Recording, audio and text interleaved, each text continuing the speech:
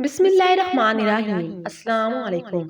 مشکلات اور اللہ پر توکل۔ ارے کس بات کا ڈر، کیسا ڈر؟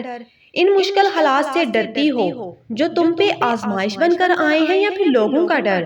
ڈرتی کیوں ہو ان مشکل حالات سے؟ وہ رب اس لیے مشکل حالات سے گزارتا ہے تاکہ تمہیں کھڑے اور کھوٹے کی پہچان ہو سکے، تمہیں ان مشکلوں سے گزار کر بلندیوں تک پہنچا سکے، تمہارا ایمان دیکھ سکے کہ رب پہ اس بات کا یقین ہے کہ وہ تمہیں ضائع نہیں کرے گا، یا پھر پیچھے ہٹ جاتی ہو۔